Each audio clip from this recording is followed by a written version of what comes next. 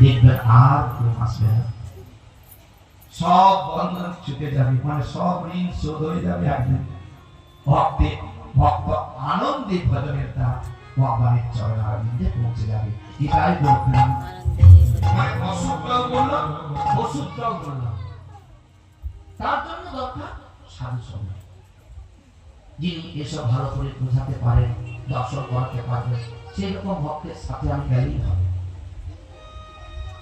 কিন্তু কত কত ভক্তকে দেখা যায় প্রত্যেক মাসে টুরিস্টের গাড়ি ছাড়ে, 15 দিনে 17 দিনে এত হাজারে ওই উত্তর ভারত বৃন্দাবন পরিক্রমা দর্শন। তাতে করে আমরা টাকা দিয়ে চালটা নিয়ে চলে যাই, কিছু লাভের লাভ হয় না। সেটা কি হয়? ঝগড়া, জায়গা ধরা, খাওয়ার কম্পিটিশন, আর